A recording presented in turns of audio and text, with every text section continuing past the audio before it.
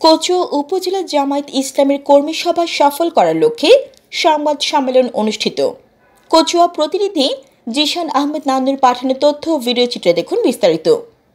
চাঁদপুরের কচুয়ার প্রাণকেন্দ্রে হযরত শাহ নিয়ামত শাহ উচ্চ বিদ্যালয় মাঠে দীর্ঘ 17 বছর পর আগামীকাল শনিবার কচুয়া উপজেলা জামায়াতের উদ্যোগে বিশাল কর্মী সম্মেলন সফল করার লক্ষ্যে উপজেলা জামায়াতে ইসলামের আয়োজনে সংবাদ সম্মেলন করা হয়েছে।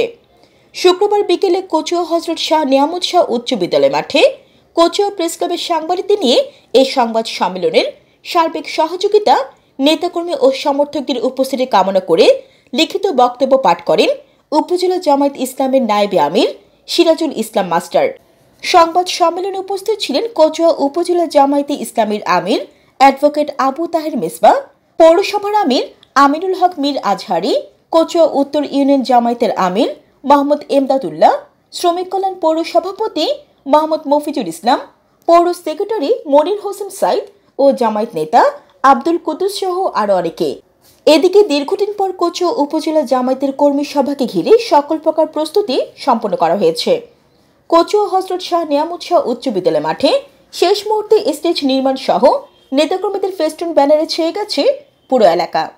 আয়োজক কমিটির পক্ষ থেকে এই কর্মী সম্মেলনে 30 থেকে 40 হাজার নেতাকর্মী সমর্থকদের উপস্থিতি হবে বলে আশাবাদ ব্যক্ত করেছেন আয়োজক কমিটি।